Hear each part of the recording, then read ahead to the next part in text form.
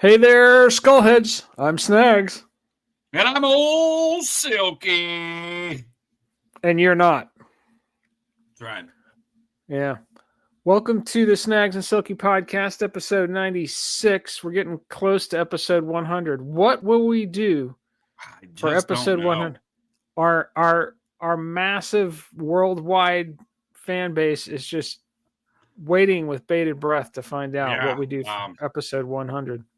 Just not sure yet, but things are happening. We're gonna come up with something. Oh yeah, no doubt. So tonight we're rapping about the police and That's the sound of the police. fuck the police. Right. And not the Leos, not the but popo. the band police, not the law enforcement officers. Yeah. That's right. So go to snagsandsilky.com, donate millions of dollars, buy shit. Follow us on YouTube and Spotify. And that's your public service announcement. In Spotify, you can follow us and have access to playlists that coincide with each of these episodes. Recently just finished tacking in the police playlist, as well as a very complete Clark Kent, which we'll talk about in the show if you don't know what Clark Kent is in relation to the police. Yeah, and so just so you cats know, the podcast is on one Spotify channel, and the playlist, we have like a music channel. So if you go to the snagsandsilky.com, click on any of the playlists, you'll find the music channel and follow both of them. Right on. There you have it. All right, so the police, Andy Summers, Stuart Copeland, and Sting. And then they also had a fourth member. Forget his name. I've got it when we get to it. Oh, yeah. Henry Padavani. Yeah. He was, but we'll get to him. So Andy Summers in the mid-'60s, he's in England.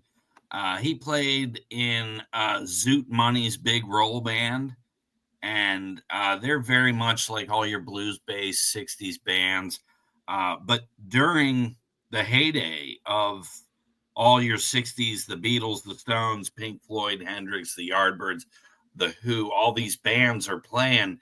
And if you went locally, you could have caught Zoot Money's Big Roll Band. And then later they did Pink Floyd's taken off. Things are turning towards that hippy dippy thing.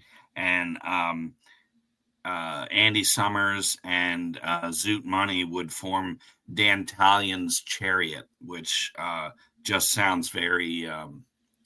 that's just so profound and mind-blowing. Yeah.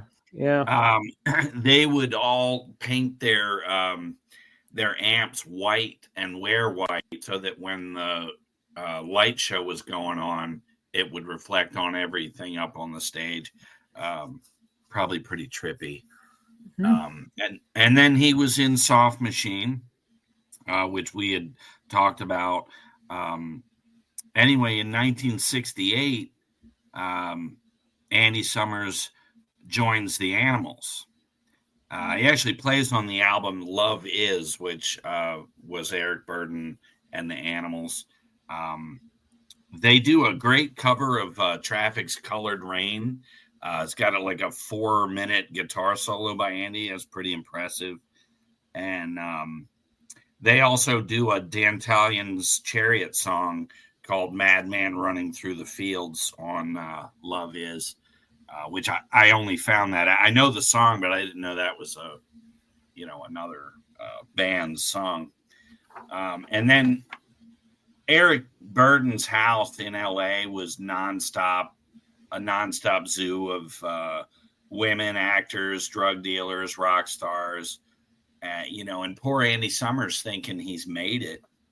And Eric decides to dissolve the band. And so he spends like 5 years doing classical guitar classes at California State University. Now it's like 1972. He meets this girl in L.A., and they move back to London, and he really, practically gets married to this woman. But anyway, he goes back to London. He's doing brief tours with John Lord, John Armatrading, Neil Sedaka. He actually gets picked to do Mike Oldfield's Tubular Bells, which was popular at the time. This is around 75. And that's going to be the end of my Andy Summers pass thing. If you want to start with your curve. So are you gonna, once I talk about Stewart and Sting, are you gonna pick up where they all met? Okay. Yeah. All right. So Stewart Copeland lived an interesting life growing up. He was born to a former jazz musician turned CIA agent, and grows up in the Middle East. He was exposed to diverse musical traditions, including Arabic rhythms, which later turned up in his drumming style. Played drums as a teenager after returning to the U.S.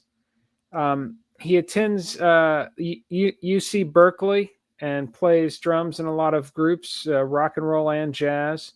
Moves to England in 73 and immerses himself in the UK music scene. Ends up joining this prog rock band called Curved Air in 1974. And basically, he contributes to the albums Air Conditioning and Air Cut. But what's crazy here is Stewart Copeland is in America, moves to England. I'm currently reading the Neil Peart book 3 of his travels, and while he's driving through the Midwest in America, he's reminiscing on his childhood. So you get a lot of Neil Peart's childhood, and then how he moved to England right around this time, 70, 71, 72. So it's just, and I always kind of put Copeland and Peart in similar drumming styles. What do you think of that? Do you I mean, they had slightly different musical tastes, but very jazz. Skill wise, they're both amazing. Yeah. It's funny you're talking about England. I'm like, fuck, they could have run into each other. Yeah, crazy. So Copeland, by 1976, he's starting to become disillusioned with the whole prog rock thing, and this whole punk movement is starting to catch his ear. Curved Air does their final show on December 5th, 1976 at Newcastle Polytechnic. And while he's there, he sees this local band called Last Exit with this bass player singer named Sting. And basically that's the genesis for him eventually ringing up Sting to join. He has this vision of, let's just do a bare bones 3-piece band that could just throw a couple amps and a taxi and do a gig anywhere. And when he sees Sting in Newcastle and that jazz rock band, he thinks that's my bass player and singer. Nice. So Sting grew up in Northumberland, England. His musical influences came from his mother, who played the piano, and he was basically listening to bands like the Beatles and then lots of jazz when he was growing up, which is obvious. You see his musical taste. He got to catch performances by Cream and a lot of jazz acts of the late 60s, early 70s. That would have been the jazz time for me to catch all those cats late 60s. Yeah, Just shit was endless names. Oh, transitioning from traditional jazz into fusion. It was getting really interesting. yeah. It would just have been epic. Mid Yeah. 50s up through the early 70s. Oh my God. Yep. So while Sting is attending Northern Counties College of Education to become a teacher, he starts playing gigs on the side, and he's playing with local. As one of his early bands was called the Phoenix Jazzmen, and he used to wear this black and yellow striped sweater, and all the cats in the band started calling him Sting because he looked like a bee. Nice. Um, he ends up teaching at St. Paul's First School in Cramlington, which I'm assuming is where the whole "Don't Stand So Close to Me" story came from. That was based on a true story, apparently. He was in the Newcastle Big Band for a while. Then he co-founds Last Exit with a guitarist named Gary Richardson. And it's this jazz rock fusion band. I found a playlist on YouTube. It's like an hour and 45 minutes of Last Exit. Just shit that they performed and recorded between 1972 and 77. So I'll be putting that on the Click Pit. And I was Sting did a Visions of the Night in Last Exit. okay. Maybe that's on the playlist. There's no track listing on this playlist. Okay. I started listening to it. It's like, it's jazz fusion with Sting singing. It sounds a lot like his solo stuff. A lot of noodling around with Sting singing.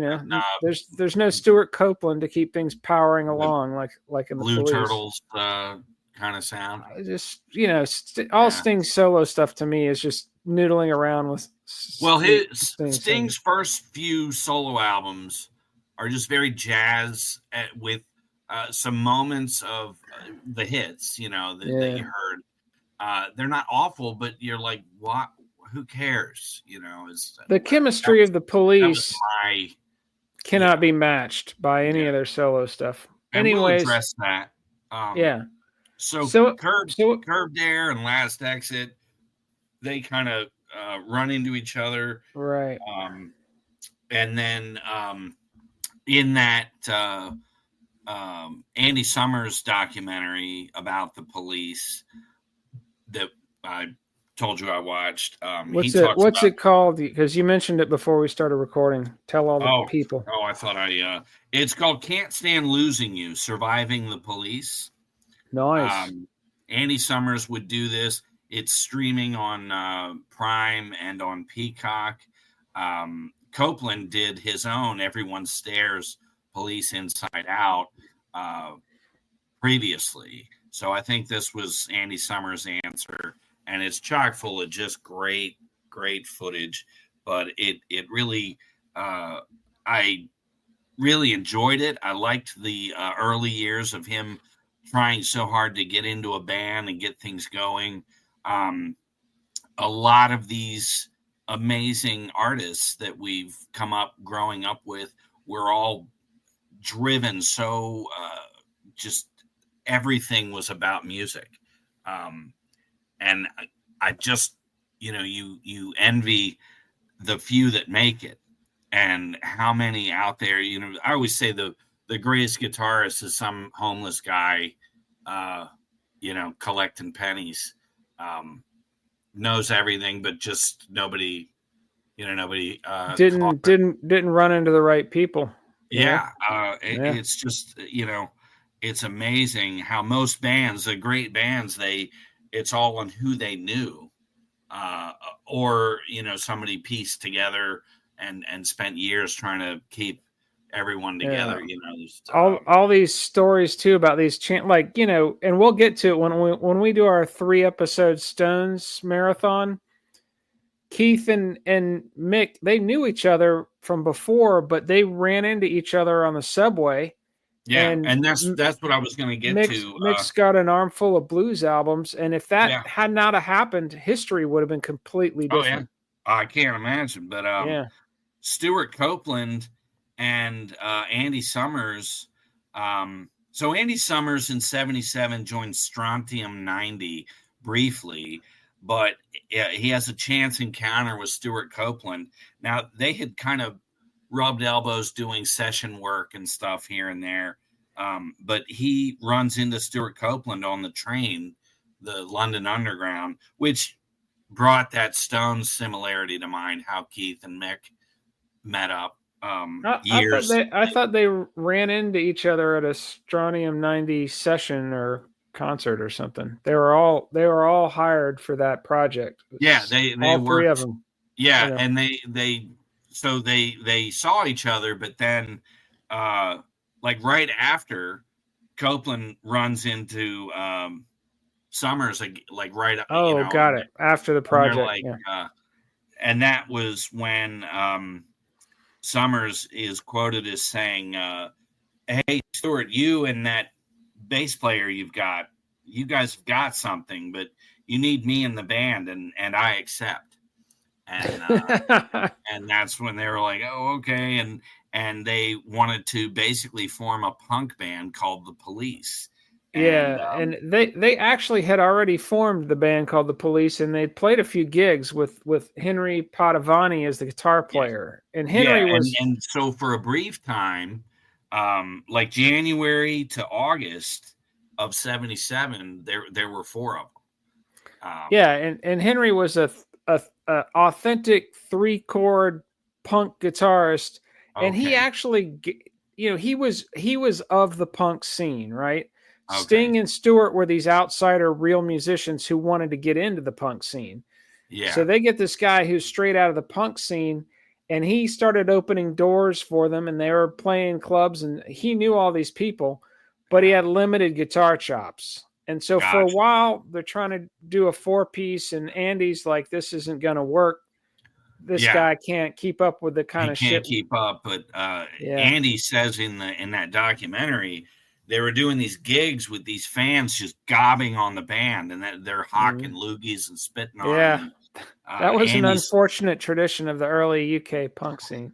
Hideous. Andy's on the stage. He's got spit in his hair on his guitar. Yeah. He's like, fuck, I'm going to kill one of these motherfuckers. Yeah. So then, the band all dye their hair blonde, jokingly calling themselves the Bleach Boys.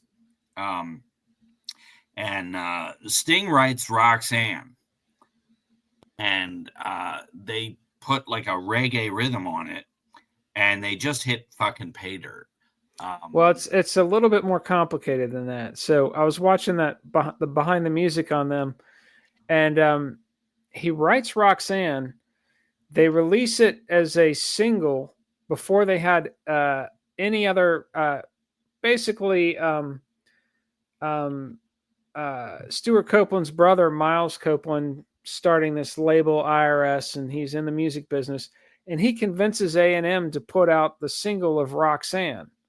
Yeah. And it was an original version, not the version that ended up on the album. And it was put out as a single. There was no album, and it just really didn't go anywhere.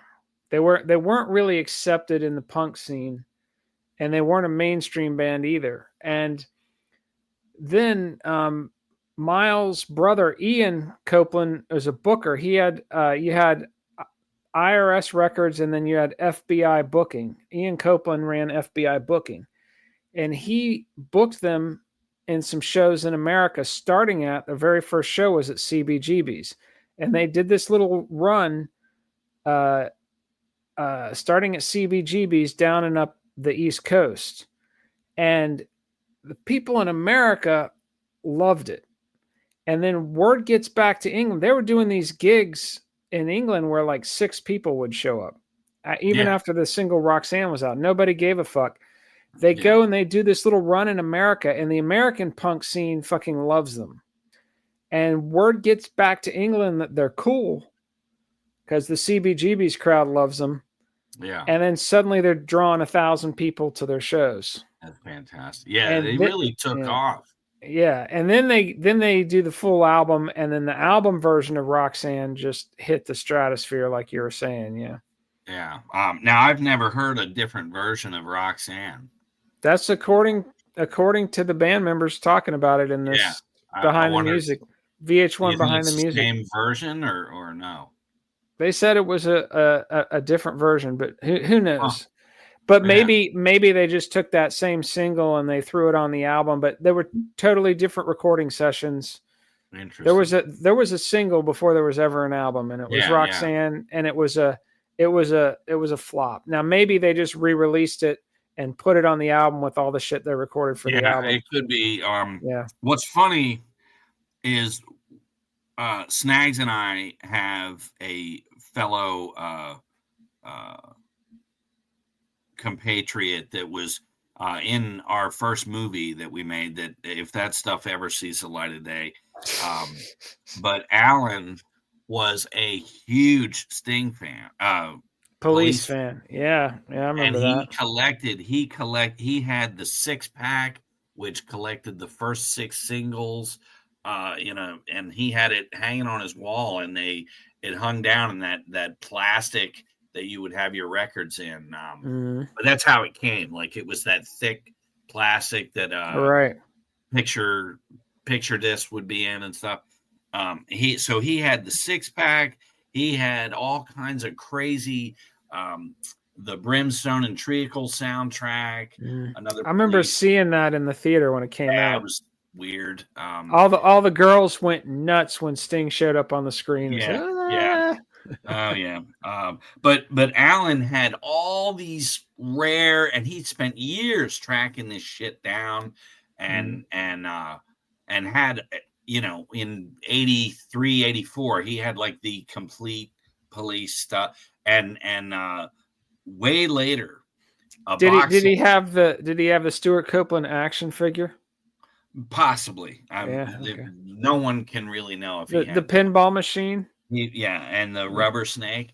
He had all that shit. And what's lunchboxes. funny is in the late, I don't know, 95, 96, a box set comes out called Message in a Box, and it was literally every single police thing all on 4 discs.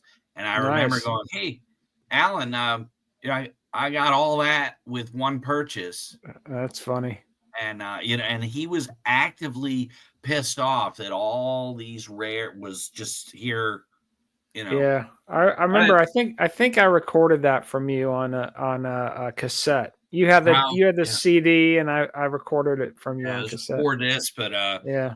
it was just humorous because the police had a ton of non-album B-sides and things, just made it Yeah. kind of a bitch to track down. Yeah. They had It's 26 singles, 3 live albums, 5 studio albums, but just kind of funny. But so they're they write Roxanne, they take off.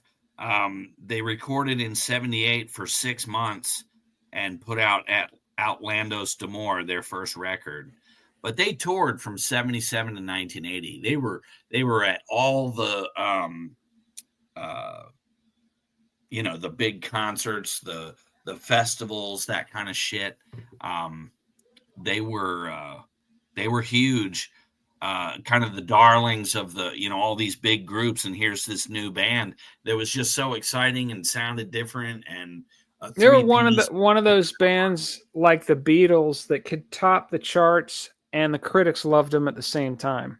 Yeah, You know that they were that kind of a band, and those bands are rare. Bands that are like mass popular, playing. They fucking headline Shea Stadium. Bands yeah. that are that big, and the critics respect them at the same time. You can count on one or two hands that those Well, bands. and you also had these protest records would come out. They did like a No Nukes festival in 79. It was called Propaganda, The Wave 2, and that album had a live version of something from the first album. So they were getting this. This is definitely a story of a band who's got the right backing behind them, getting them in key places, strategically to just build that support, and they benefited greatly. But I mean, you look at that first album. There's so much on that first record, and with each record, kind of like almost like Tom Petty, where there was just all these hits on every fucking record.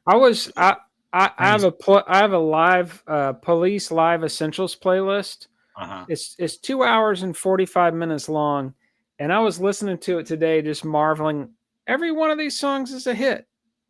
Yeah, they have 2 hours and 45 minutes of recognizable hits, and if you listen, if you just marathon all their records, there's not one dud song. Some of Andy Summers stuff is like, okay, it's just his weird song.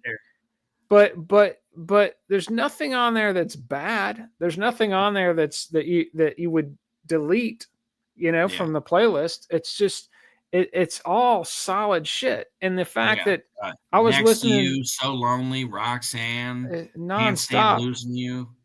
Those are all on that first album, Born in the 50s. Yeah.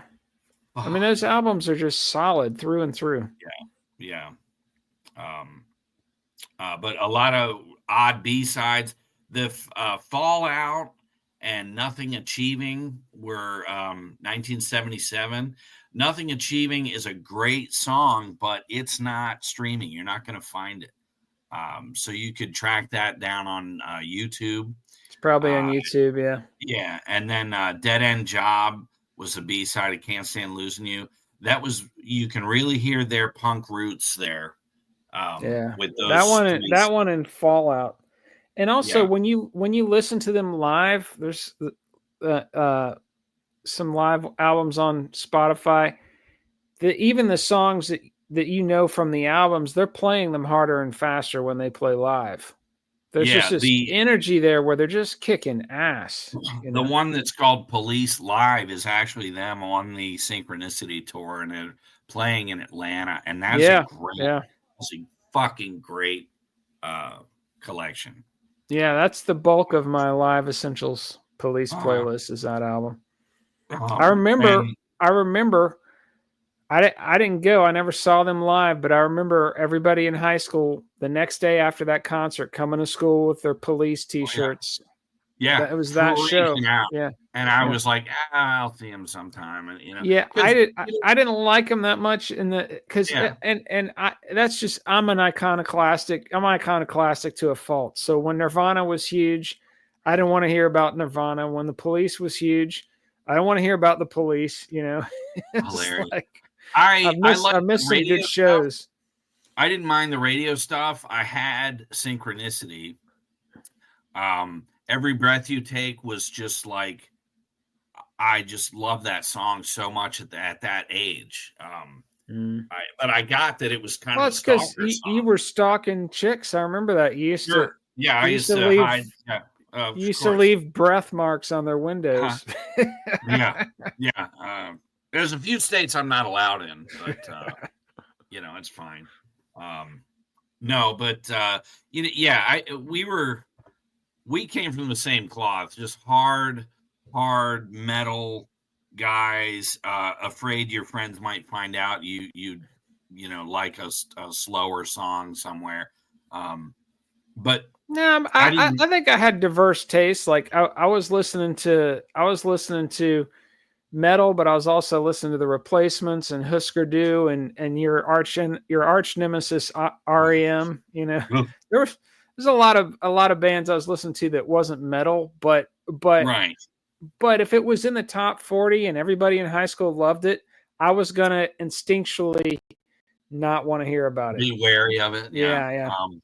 I liked the Police, but it wasn't like I was gonna just buy up all the albums or something.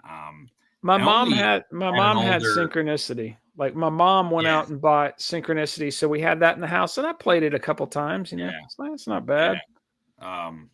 But yeah, so their second album, Regatta de Blanc, or Blanc, if you're gonna say it right.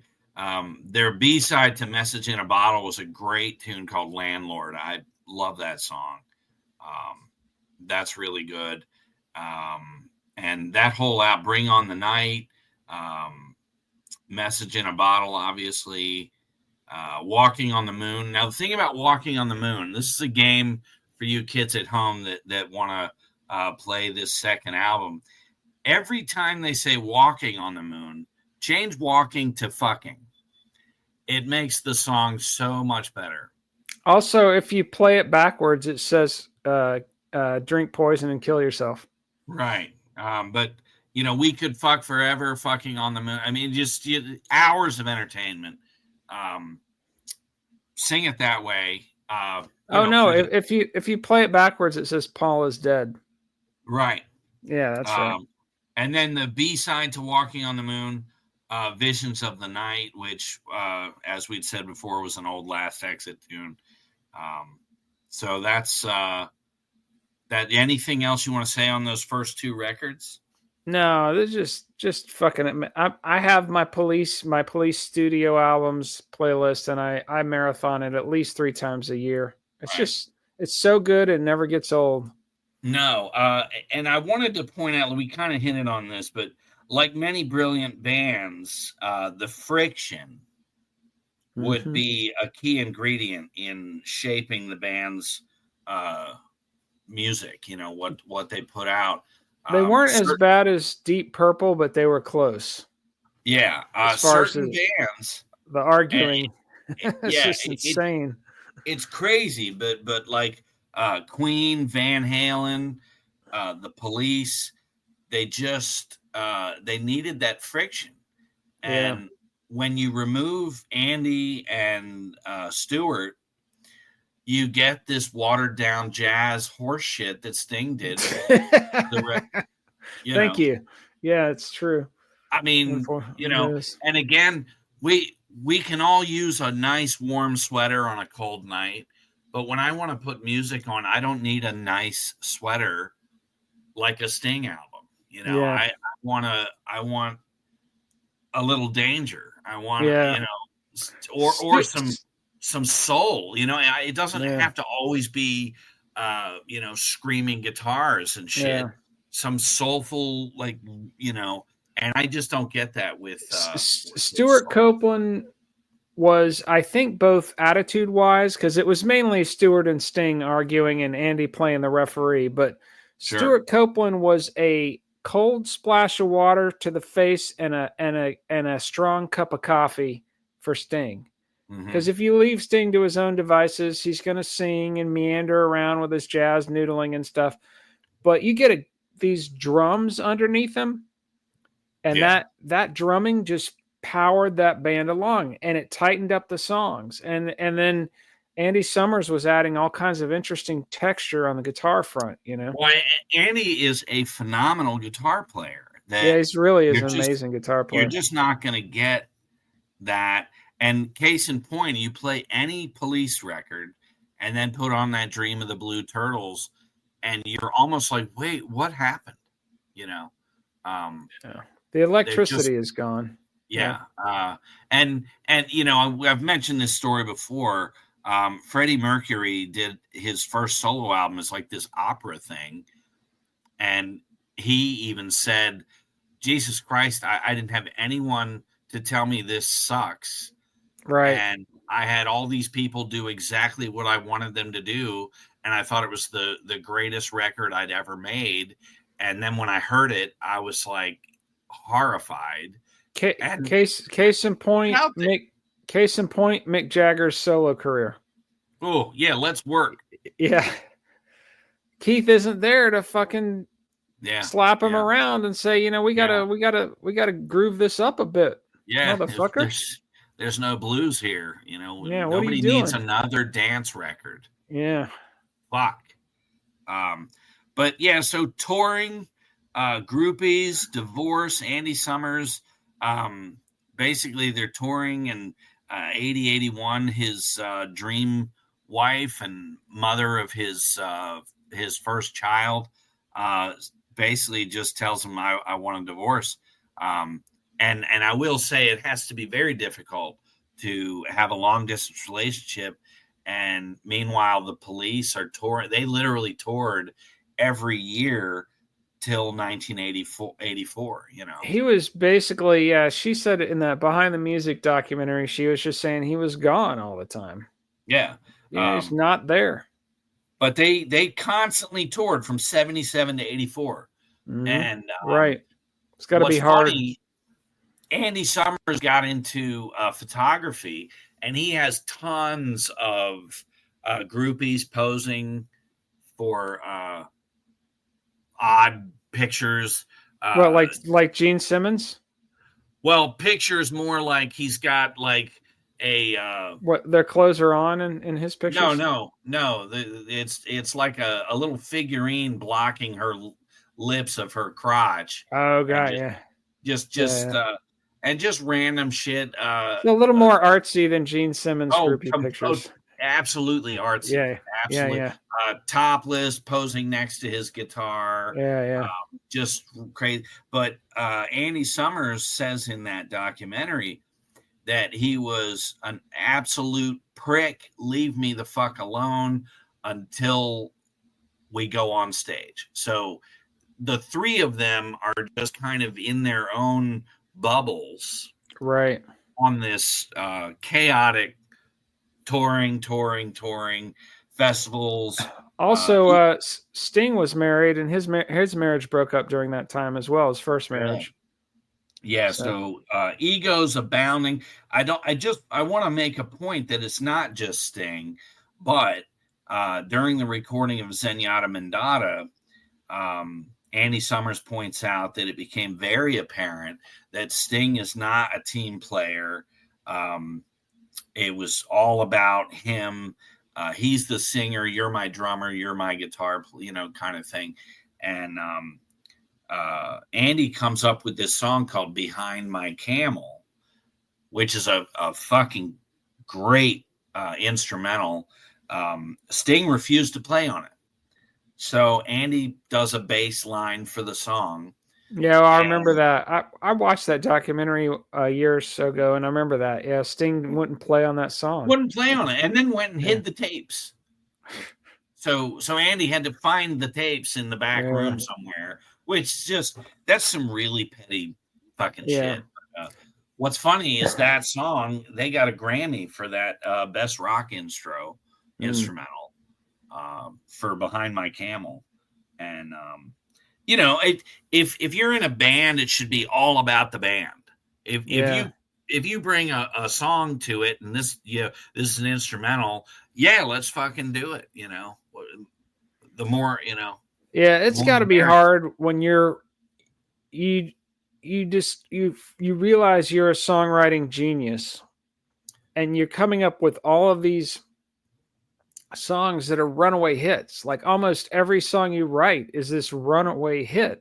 Right. And then it's got to be hard for that not to go to your head, and not realize, because he never had hits before the Police. And there's a reason, because nobody was forcing any structure onto his songwriting. Yeah. But he's thinking, well, people have finally discovered my genius. Right. And it's got to be hard to not have that go to your head. Imagine being in the Police in 1980. You're touring for 3 years. You're all over the world. Every single night, there's a new crop of chicks that want to blow you and ride your face, Mm-hmm. So at some point, you're going to start believing your own bullshit. So I get it. Meanwhile, around that time, late 70s, Clark Kent becomes an alternative, what do you call alternate ego? I thought Clark Kent was before the Police. No. Well, in 1978, he put out "Don't Care," but these were songs that Sting specifically didn't want on the albums, and so he started recording. I think though I did listen to I listened to the beginning of Stuart Copeland's autobiography. There's so much in there that's about polo. He really loves the sport of polo, and he doesn't realize him and Stallone were huge polo people. He doesn't realize that people are listening to the album because they want to hear about the Police. So it was just too much about Polo. I got bored, but I got past the Clark Kent stuff into the police years, and I'm pretty sure the Clark Kent stuff was demos that he recorded by himself, and then he puts a band together around it, and when they first are getting the police together, he's trying to get the police to do Clark Kent songs, and Sting Yeah, doesn't want to do them. But the gotcha. Clark Kent stuff originated before the police. But yeah, you're correct that Sting didn't want to do those songs. Yeah. Yeah, he didn't want to do those. And so that Yeah. album comes out on green vinyl, a little 10-inch EP in 1980. But Don't Care did come out as a single in August of 78. And the police, he actually predated the police with the Clark Kent single, Don't Yeah, yeah. Care. All that stuff was recorded before, but I guess it didn't all get Yeah. released till later. And the interesting thing is, and we'll post the Clark Kent playlist on the Click Pit. When you listen to it, it's actually more listenable than the Andy Summers stuff that got on the Police albums. Some Yeah. of it's pretty good, and a lot of it sounds like the Police. Like Stuart Copeland brought this sonic aesthetic to. It sounds more like the Police than Last Exit does. You can listen to both and compare. And I think the it's that age old thing. Oh, you've worked these out before me, so I don't want them. Much like a new stepmother doesn't like the kids from a previous marriage, right, right. Some shit like that. But that Zenyatta Mandata is another. That's my favorite Police album. Classic fucking record. Yeah, and apparently Sting doesn't like do do do da da da, but I fucking love that song. It's just everything on that record. That third record. Oh, that's the one I played the living shit out of. Yeah, it's just such a good album. What's the instrumental on that one? The long reggae. Yeah. Let me see. Hold on a second. No. Well, Behind My Camel is on there. Oh, that must be it. Yeah. It's just such a good album. Yeah. Shadows in the Rain, Bombs Away, Canary in a Coal Mine, Driven to Tears, Don't Stand So Close to Me. Another great song, killer song. Crazy. Visions of the Night was a B-side. Just epic. No, yeah, that was Visions of the Night. And then Friends and A Sermon were also B-sides. Those were good. And then so 1981, August of 81, MTV, the era of the video. Remember Martha Quinn, Nina Blackwood? She was that blonde with the kind of Rod Stewart choppy hair. Yeah. Nina Blackwood. And the other three guys, I remember Mark Goodman, J.J. Jackson, and I think the blonde dude was Alan Hunter, if I remember right. But got to get all those names right, man. I'm gonna fact check you. Well, Martha Quinn, there's this. I remember this. Cannot forget Martha Quinn because she was a fucking cutie. Jesus. I always thought she was adorable, sexy as hell. But Martha Quinn's interviewing the police. And at one point, Sting slings a glass of whatever into Stuart Copeland's face, and Copeland just tears off after him. Yeah, that footage is in the behind the music thing too. Yeah, that's the end of the fucking interview, and you're like, oh, and Andy's sitting there like, okay, yeah, this was fun, and but that's I've always that really captured that right there, But Ghost in the Machine would come out in 81, and that's a great record.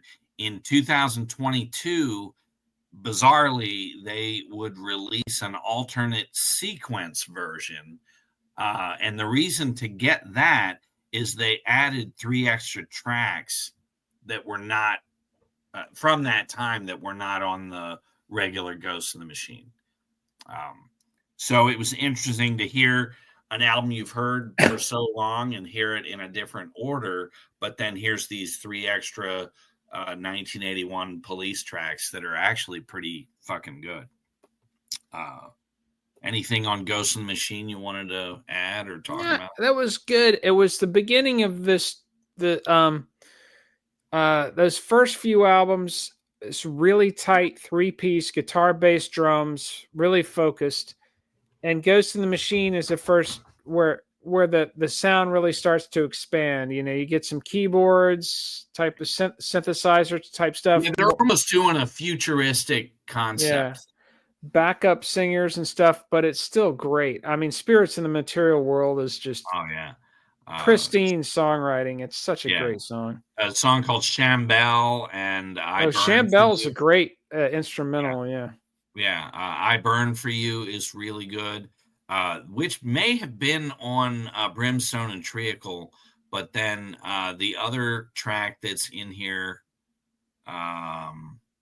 Yeah, read down the track listing so we can So we yeah, so can you've got Invisible Sun, Demolition Man, Secret Journey, Darkness, Spirits in the Material World, Too Much Information, Omega Man, One World, Not Three. I love that song. Rehumanize Yourself, great tune. Uh, it's all great songs. yeah, Every song in there is striking an emotional chord in my brain when you yeah. say it, you know. Once Upon a Daydream is the third song that was not on uh, the original. Mm-hmm. But and then the B sides to that album, Flexible Strategies and Low Life. Those B sides were just they really took different chances, different Mm-hmm. things, and then of course you get to very much like Van Halen. 1984 would be their biggest record, and then they're gone. And Yeah. Synchronicity just was it was huge. You couldn't before Synchronicity. I didn't think the Police were ever going to get any bigger, and then they come out with Synchronicity, and That's it when was that was the tour when they played Shea Stadium. They yeah, were it's hard to explain having lived through it how big they were. yeah, I mean, they yeah. were fucking huge. They Everybody they loved the really were, and Police. it was. I It's want to a blame lot almost. like Nirvana in the early '90s. Just You almost fucking want to blame MTV, where Van Halen was fucking huge. Nobody could touch them hmm in their genre. And then the Police, same thing. Just they yeah. were through the roof. Yeah, Um, those were probably in 84, 83, the two biggest bands. In and high maybe school, I hate to say it, maybe U2 in there. yeah, no, U2 was yeah, Because U2 was Unforgettable huge. Fire was 84, and that was, Yeah, yeah, and then the Joshua Tree comes out and they just exploded in yeah, yeah. yeah. So that was like 2 years later, but Yeah, but I remember buying the Joshua Tree. We went and bought that. Neither of us really listened to U2 no, anymore. I really didn't, and I was Yeah. pissed.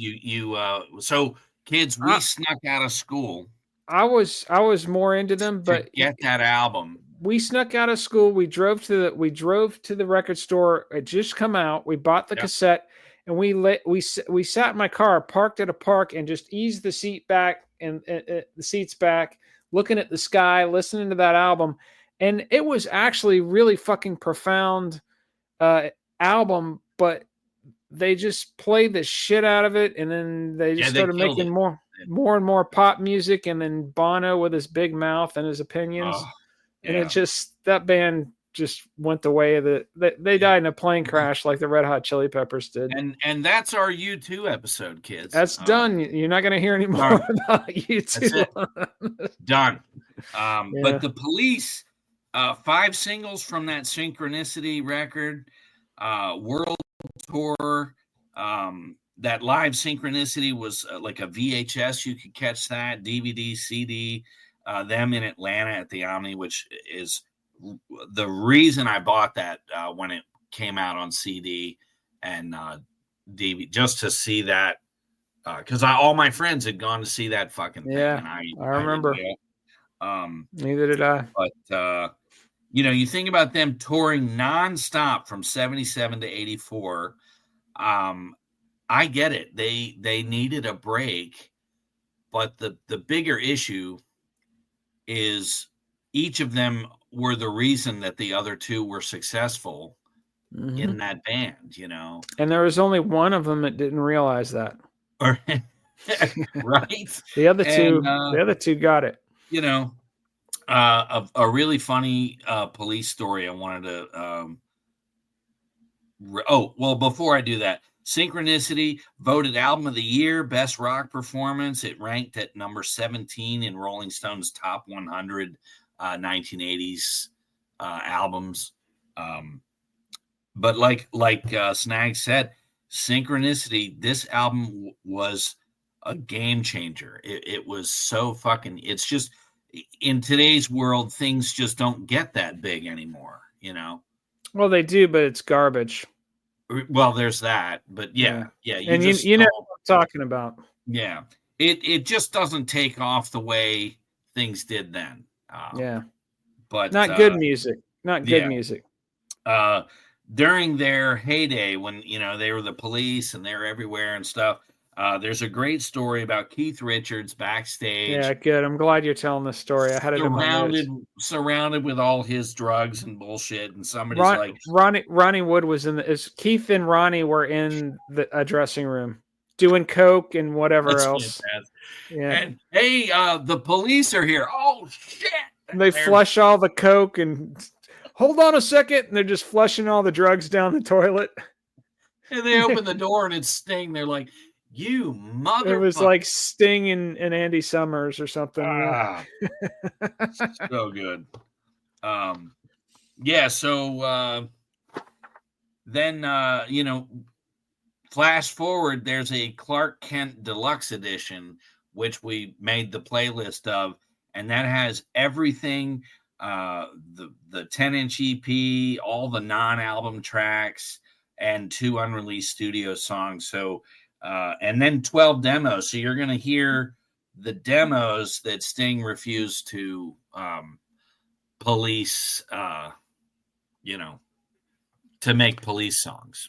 And so they when they broke up, basically Miles Copeland was kind of not admitting that they were breaking it up when Sting went off to record whatever his first solo album was with the Dream of Blue Turtles. If you love someone, set them free, whatever that is.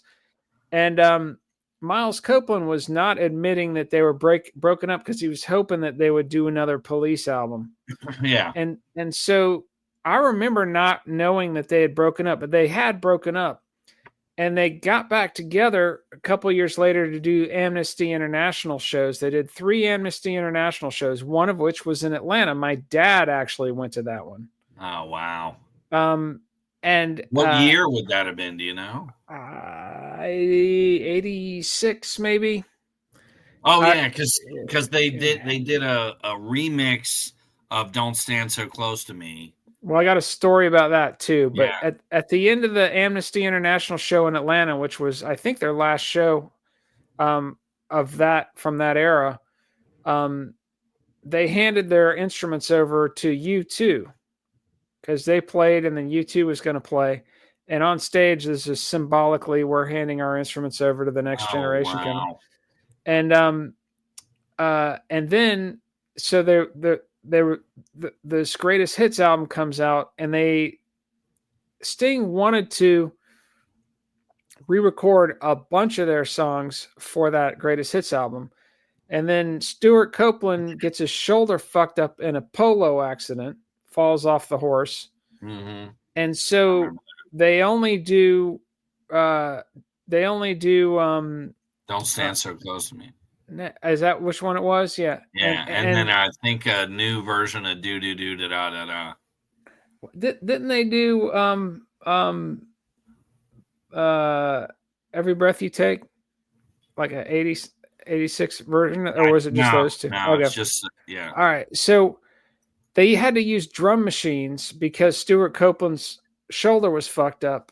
Wow. And Stuart and Sting got into an argument over whose drum machine they were going to use. Jesus Christ. So it's just Yeah, they right. would just nitpick the shit Yeah, out of it was right back to the petty shit. it. Yep. And Andy Yes, sir. Summers in that Behind the Music documentary, he's saying if Stewart hadn't have fucked up his shoulder, who knows what would have happened? Because people Yeah. didn't officially, the world didn't officially know they were broken up. They just hadn't done an album or a tour in a couple Right. of Yeah, years. they finished the tour, and it was only Yeah. 2-3 years later, and then that greatest And hits comes yeah, out. and And they if they'd as a unit gotten in there and re-recorded some of the songs, maybe. some new But songs. no, he breaks his shoulder and they're arguing over whose drum machine to use, Yeah. and Sting can't wait to get out of there. Yeah. You know? Well, Sting had you know, put out Dream of Blue Turtles, and people are, oh, it's jazz, it's, you know, and jazz is like wine drinkers. You Yeah, know, he's you he know. he basically plays for the soft rock crowd. You know? These people, the soft Yeah. rock arrogance with these random hits across 4 solo records. Bring on the Night is like a jazzy solo Police live album. And I remember I've heard bits of that, and it is interesting to hear some of the Police stuff done a little differently, but it's just not the same. But the key DVDs or documentaries you need to check out around the world is there's an expanded DVD. That's crucial because it's that first tour. It's called Around the World. It is so fucking good. And then obviously the Synchronicity tour in Atlanta. Everyone Stares is the Copeland version of the Police, which I need to see. And then Can't Stand Losing You was Andy Summers, and that's really good. That is really worth seeing. Everyone Stares is the Copeland documentary, right? Yeah. And then Certifiable was the 2008 reunion tour, which is really good. El Condor. Sting's a goober. All right. Check out the website. We got mugs. We got hoodies. We got T-shirts. We got stickers. We got action figures. Okay. We Snagsandsilky.com. It's all there. It's all there. You have, okay. Whatever you want. Everything he speaks of, check out the Snags and Silky mega store. Whirlwind. Yeah. Whirlwind. So that concert tour was it's now the 19th highest grossing tour of all time, but at the time it was the 3rd highest grossing tour of all time. Revenues reaching over 360 million. Where the reunion? Yeah. Wow. 2007 to 2008. I remember they're playing like stadiums, Dodger Stadium. Yeah, that recording is them in Buenos Aires. Yeah. And so they made over 360 million gross, and toured from 2007 to 2008. It was a huge success. That at some point they're probably even Sting's solo stuff. I mean, he may have some minor hits here and there, but it's not huge stuff, and so they're probably at some point you get accustomed to a certain lifestyle, and Andy Summers jazz albums aren't going to cut it. Stuart Copeland doing movie soundtracks and whatever he's doing, that's and it's not going to keep you in the yacht and the mansions famous. and the yachts. You got to crank up the bank account again. Exactly. Crank that bank. They're all famous for doing little jazz experimental things. Yeah. That only the hardcore fan is going to even bother with. Right. And then so the bank account needs a shot in the arm. Yeah. Hey, let's do something. But I feel like now they're of the age where they're like, I'm they're good. set. Oh, they're set. Yeah. But Annie's wife would come back after that divorce, and she got pregnant almost immediately and gave birth to twins. So he's got 3 kids. And I think the way that ended, that they're together now, Yeah. Cool.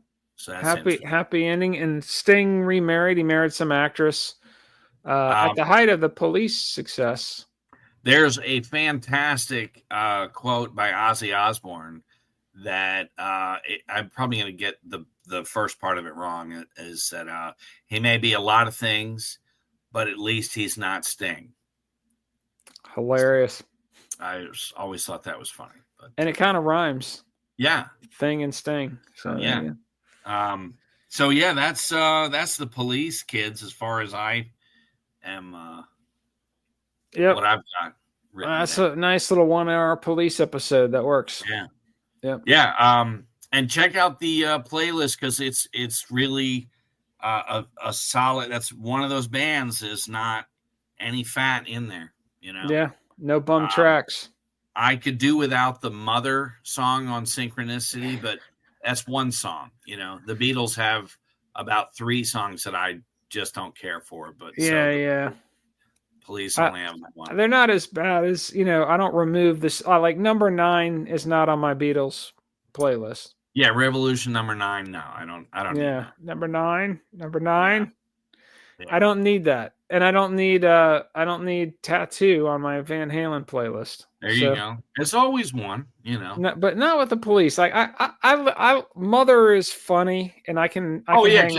Hey, you and I both can relate to that. Yeah, absolutely, without a doubt. Yep. All right. Well, peace out. We got more shit coming up. Stay tuned, and same bat time, same bat channel. All right, kids. Peace out, motherfuckers.